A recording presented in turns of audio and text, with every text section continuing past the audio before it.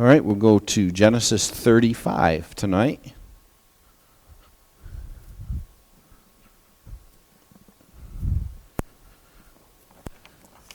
Genesis chapter 35, continuing our look at the patriarchs. And we're going to look at the last days of Jacob here as he journeys.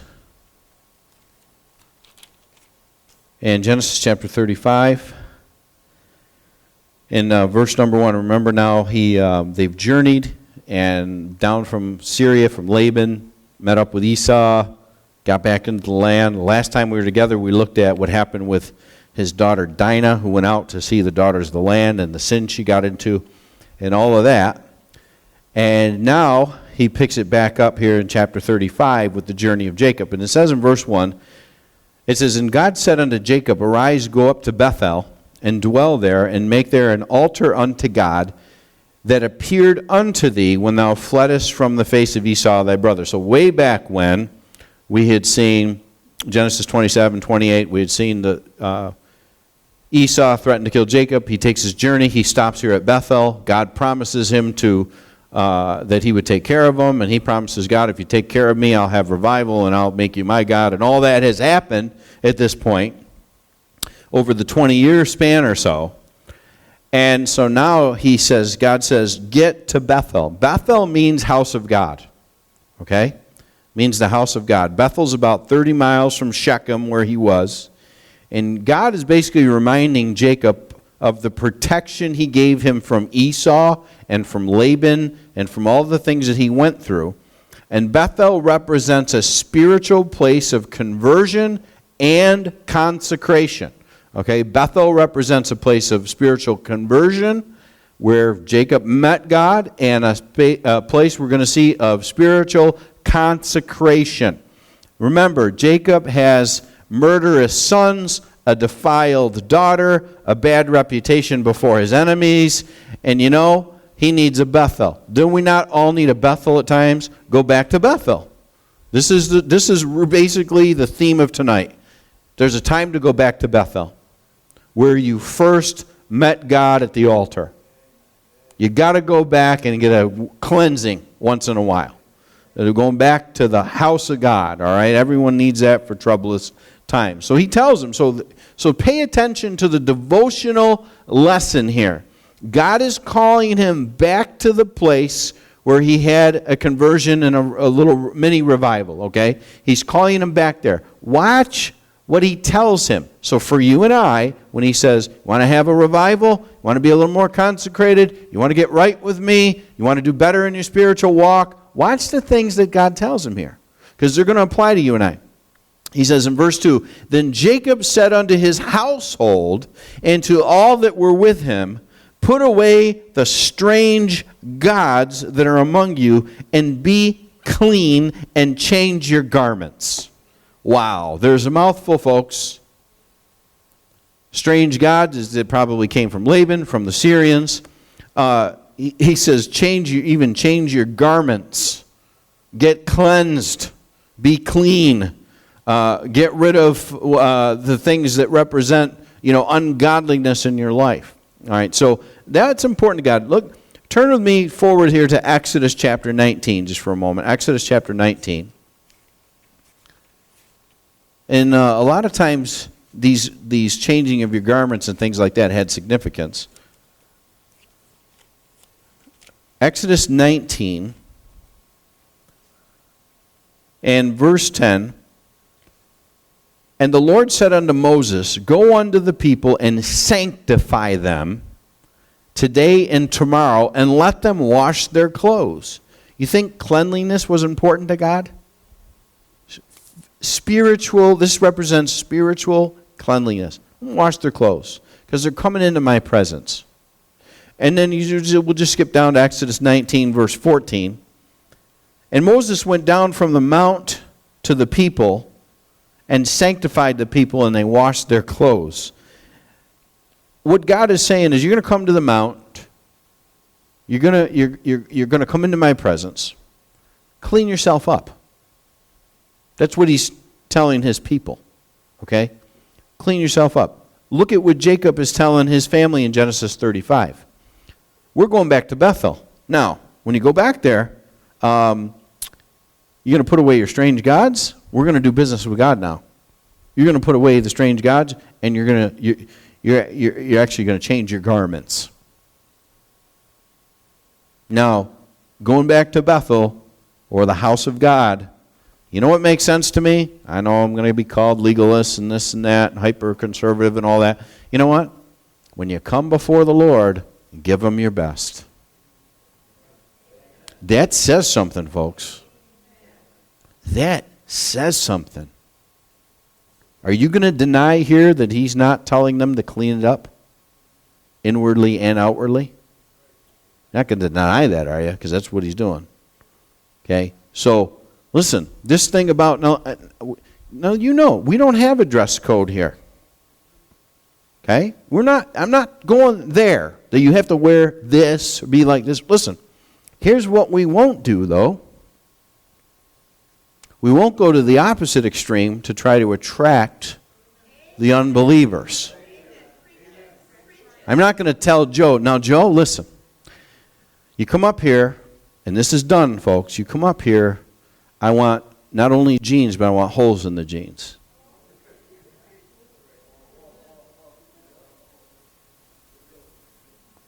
Bethel is the house of God.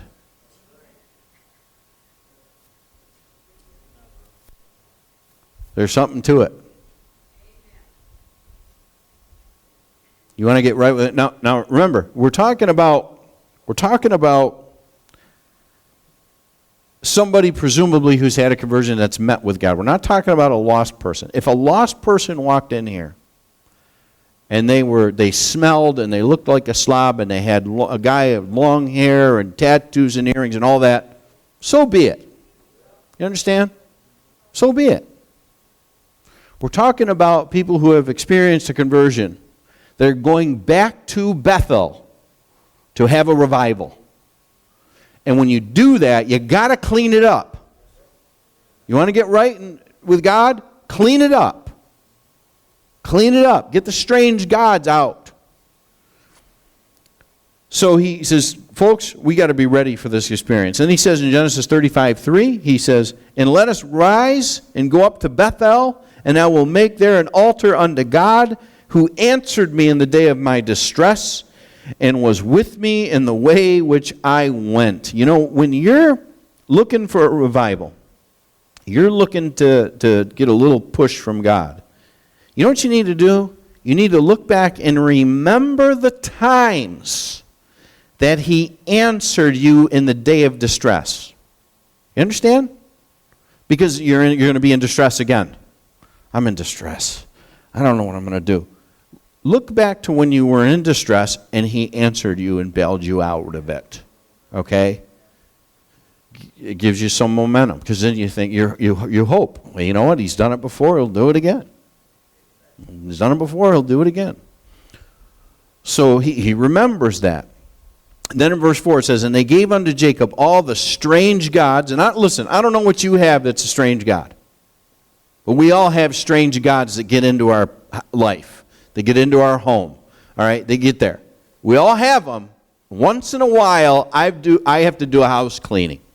Once in a while, I got to go through my home, into the kids' room, and I got to get rid of the strange gods.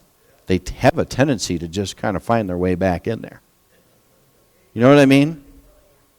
Somebody was nice, and they send me a subscription to Sports Illustrated every week. I don't know who. I like that. You know what? When the swimsuit issue comes, my wife took it and got rid of it. I never saw it. They also, somebody, I don't know who, got us a subscription to, it's called Entertainment Something. It's a magazine. Okay? Now when that one comes, I don't even look at it anymore. At first it was like, oh, what's this? This is, oh my, you know. You know what? Sometimes you just got to get rid of the strange gods. They have their way of showing up at your door. Right? So, Anyway, this is what he's saying. Get rid of them. Get rid of them. Clean it up. And so they gave Jacob all the strange gods which were in their hand, and all their earrings which were in their ears, and Jacob hid them under the oak which was by Shechem. All right, so before a person can go back to Bethel, they got to bury their idols, they've got to clean house, and they've got to get serious. That's what you have to do. And the oak tree, for whatever reason in Scripture, has a spiritual significance. People buried idols under them.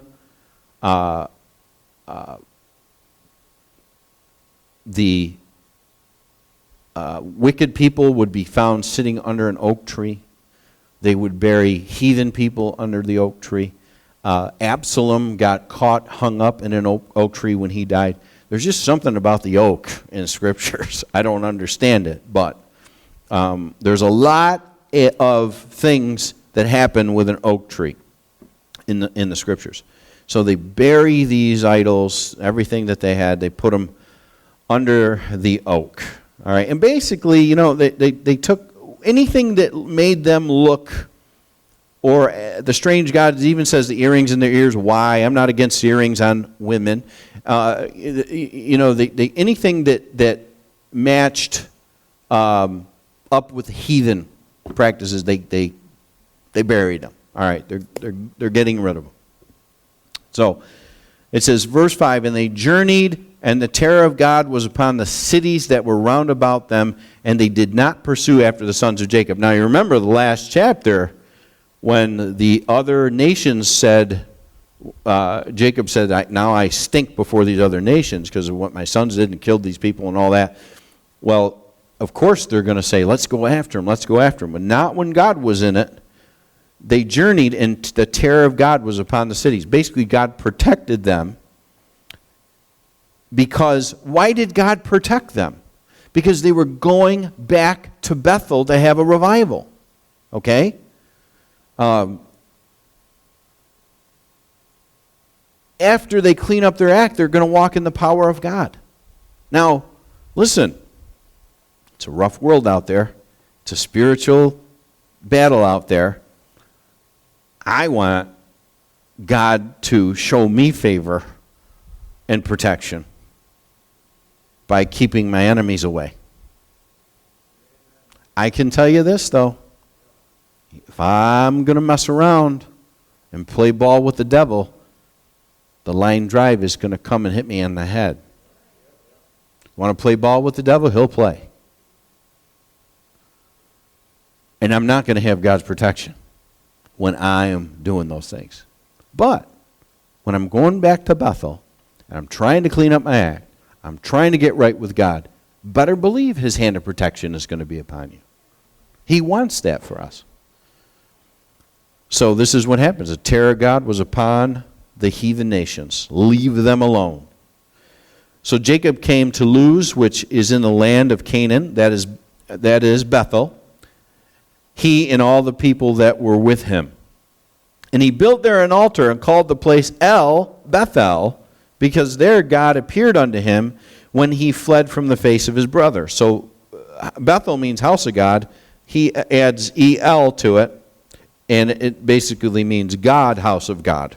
Okay? So in other words, he says, God's met me here a couple times. And one of the things that we need to do. Here's a little lesson about Bethel. Hey, Bethel, the house of God. Hey, this is Bethel. This is the house of God. Okay.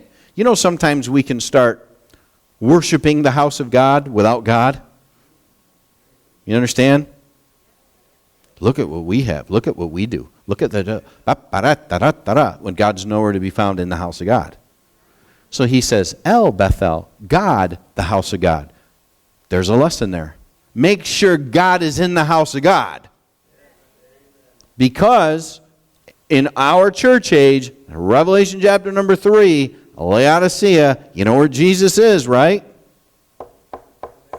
Knocking on the door, let me in. Let me in. I'm on the outside, I want to come in. Okay? So it's easy for us to get caught up into that. We want to not only be a Bethel, we want to be El Bethel. We want to be God in the house of God. So, anyway, he names that verse 8. But Deborah, Rebekah's nurse, died, and she was buried beneath Bethel under an oak. There's an oak again. She was, last we knew, she was a heathen too. I don't know if she got, converted or not, but she was buried under the oak. And the name of it was called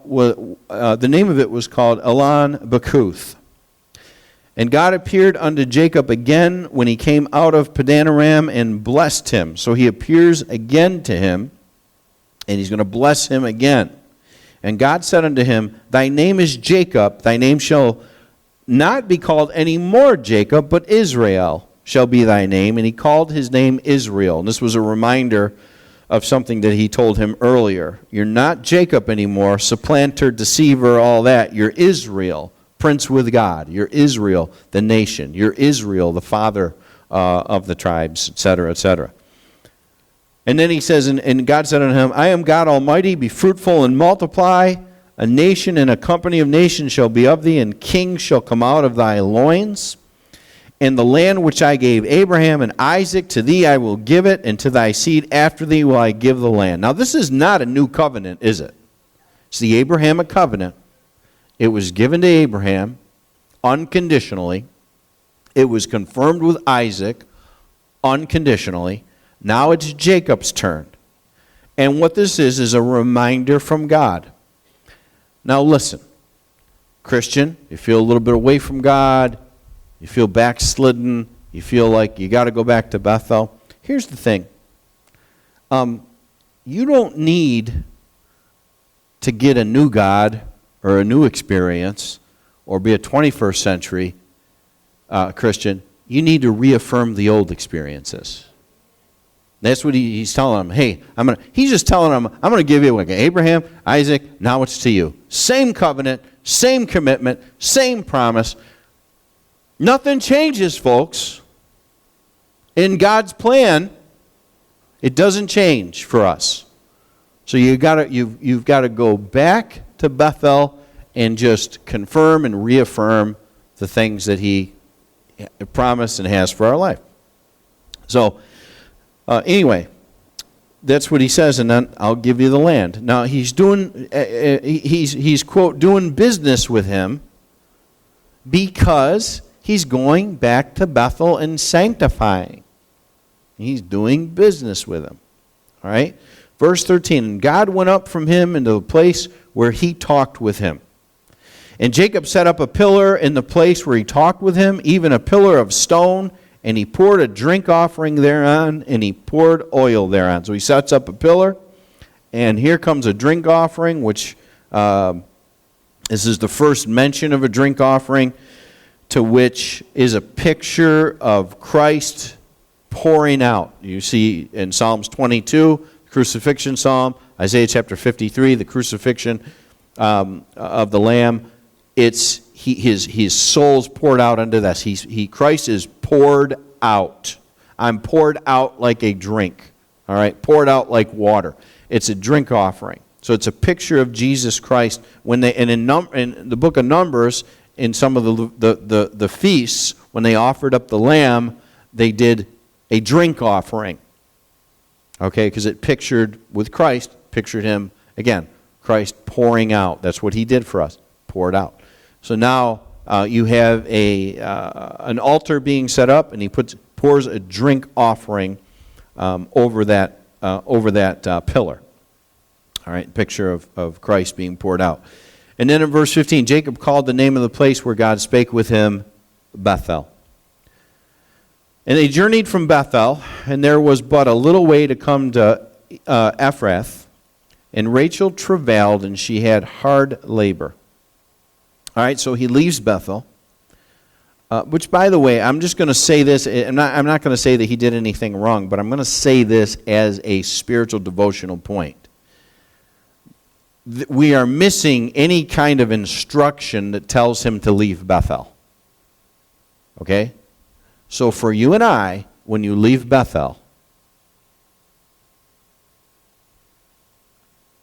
here comes travail and hard labor. Stay to Bethel. Stay by Bethel. Stay by Bethel. Well, anyway, the journey was tough here on Rachel. She's going to have a child, and probably contributed here to her death. So, again, we have to be careful that we don't journey without God telling us to journey. Okay? Now, verse 17, and it came to pass when she was in hard labor that the midwife said unto her, Fear not, thou shalt have this son also. And it came to pass, as her soul was in departing, for she died, that she called his name Benoni, but his father called him Benjamin. So a couple things from this verse. She died. And when someone dies, what does their soul do? I mean, that's what that's teaching us, isn't it? The soul departs. When the soul departs, you die. That's what death is. Your soul departs from your body and basically crosses over to dimensions, goes somewhere. In this particular case, it's either going to Abraham's bosom or going to hell, one of the two. I'm not going to tell you which because I don't know. I'm not saying she was one or the other. But in our case, a soul still, a lost soul, goes to hell. A saved soul goes to heaven. Okay? But understand, death is the soul departing from the body. Okay? A soul lives forever somewhere. That's why the urgency. You know why these guys are going to the parade tomorrow? You know why the urgency to get the tracts over to the Muslims? Because a soul lasts forever somewhere. So it's very simple. There's no such thing as soul sleep. You don't just stop existing. Your soul just goes to sleep. All right? And certainly, for the Christian, we know to be absent from the body is to be where? Present with the Lord. It doesn't go into just kind of a waiting state, as some teach. Okay? So, her soul departs. She dies. She calls her son's name Benoni, which means son of sorrow. To her, it was sorrowful. She was dying. He calls him Benjamin, which means son of my right hand, because Rachel was Jacob's right hand, so to speak. All right? They had a close relationship, a good marriage. And he says, Benjamin, your son of my right hand. All right? And Benjamin would help make up Judah, the tribe, the southern tribes. Benjamin would produce left-handed warriors, whatever the significance of that was, but they did. And Benjamin also produced the greatest Christian ever, Paul. Okay? So not bad. Not bad from Benjamin. All right? So Jacob loses Rachel here. Rachel died, was buried in the way to Ephrath, which is Bethlehem. And Jacob set up a pillar upon her grave. That is the pillar of Rachel's grave unto this day. So Jacob faces the inevitable, which is a loss of a close loved one.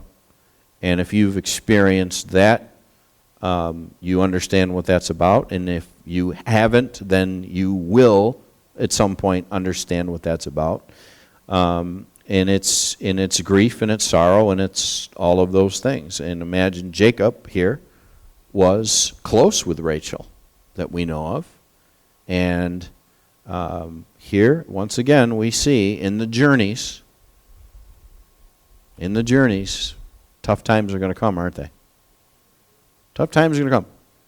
Christians, I mean, here's a guy, get back to Bethel, sanctify yourself, get rid of the strange gods. Okay, I did all that. And he loses his wife after that. Now, here's a guy that can say, Lord, I don't understand this. What are you doing? I did what you asked me to do. Okay? None of that makes any sense, guys. I mean, it doesn't make sense to us, but in the eternal perspective, we're not going to make sense of it. Nobody likes to be sick. Nobody likes to die. Nobody likes to lose a loved one. Nobody likes any of that stuff. Do you know what? Nobody's exempt from it, are they? Nobody. The best we can do is trust the Lord. When it's all said and done, what do we have? When everything is stripped away from us, what do we have? Salvation. But it's all going to be stripped away from us. And one day it's all gone. What's left? You and the Lord. You and Jesus. That's it. Isn't that great? I mean, it doesn't seem great. Oh, I lost this person, and I lost that, and I lost this. I'm going through this struggle and this trial. But at the end of life, it's all gone. Except for Jesus. You know what? When it's my time, my wife's not going to be next to me. My kids aren't going to be next to me. It's me and Jesus. And it's you and Jesus. So, what's this life all about? You and Jesus. Everything else gets in the way and distracts us. But that's really what it's all about. Our relationship with Christ. That's all we've got, folks. Anything else that we're enjoying now is a benefit from that relationship. But it all goes away. It all goes away. And I've said this before, and I don't mean to be arrogant or mean or a jerk. This is what I say to my kids. Listen, before I knew you, I knew Jesus. After I know you, I'll know Jesus. Jesus was first. Jesus will be last.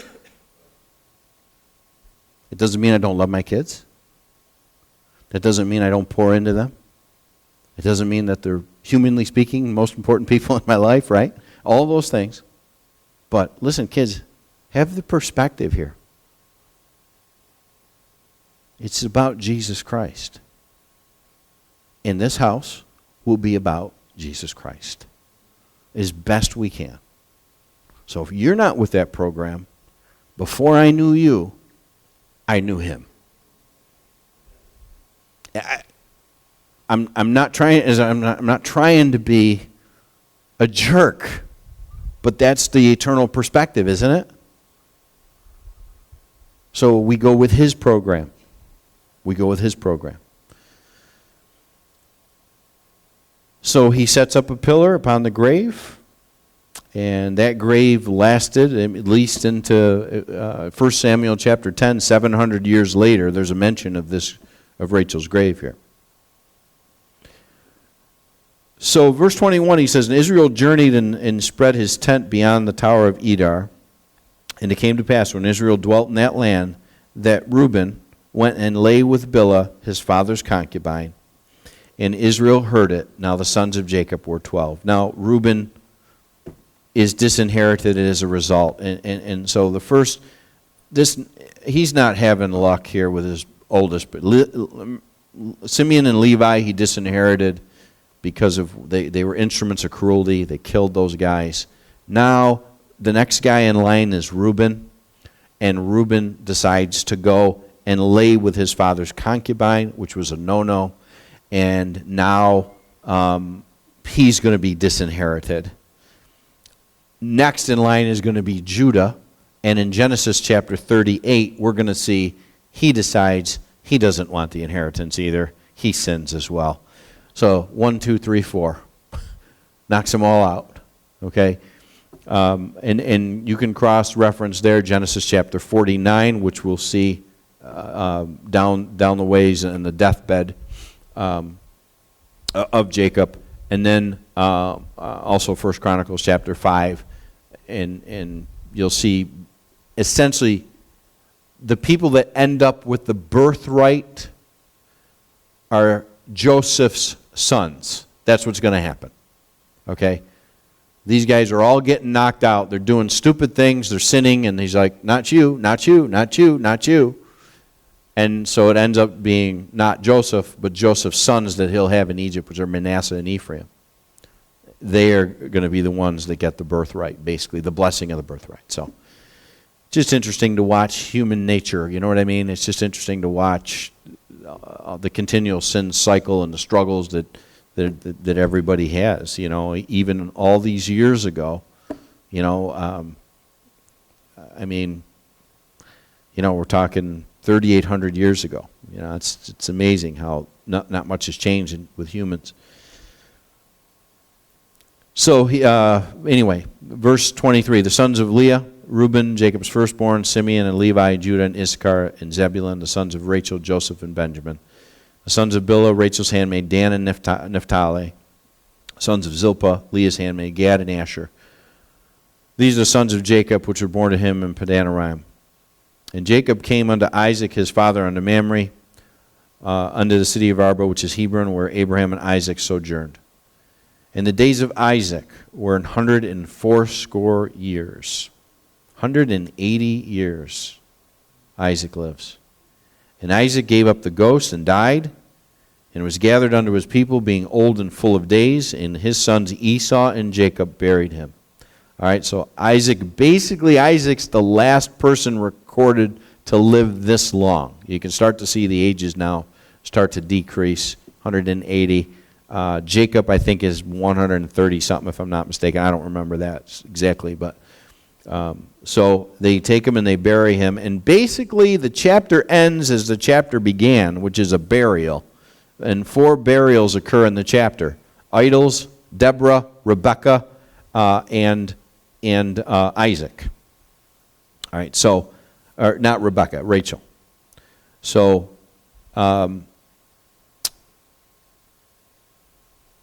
so you could take a look at this chapter and say, what did they bury? Well, you bury human beings because that's what happens. But you also have to bury those idols that get in the way. And I think that's the lesson on this chapter tonight, is revival in going back to Bethel to be consecrated, okay? Sanctified, washed. And again, in the presence of God. In Exodus, we didn't spend long there, but in Exodus, when the Lord said he was coming down, or let the people come to the mount, he said they better be clean when they approach me.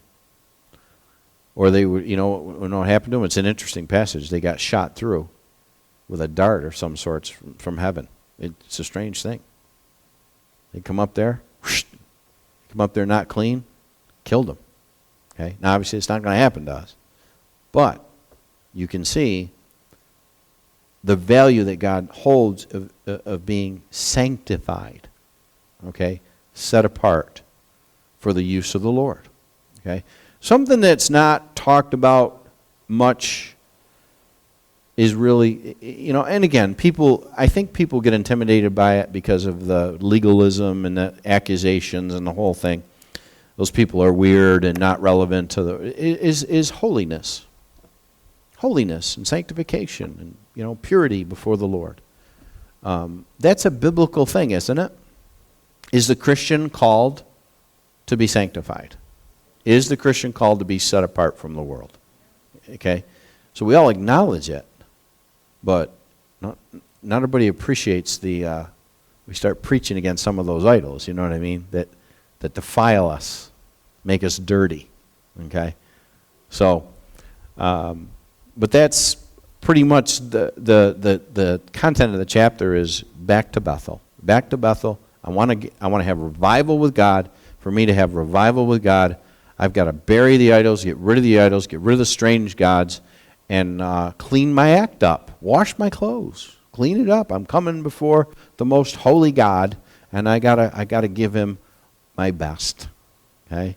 So I think that's a pretty good motto to try to live by as a Christian. Do my best. I'm going to do my best for the Lord. I give my best to the Lord. If we attempt that, now, here's the thing: your best might not be my best, or vice versa, right?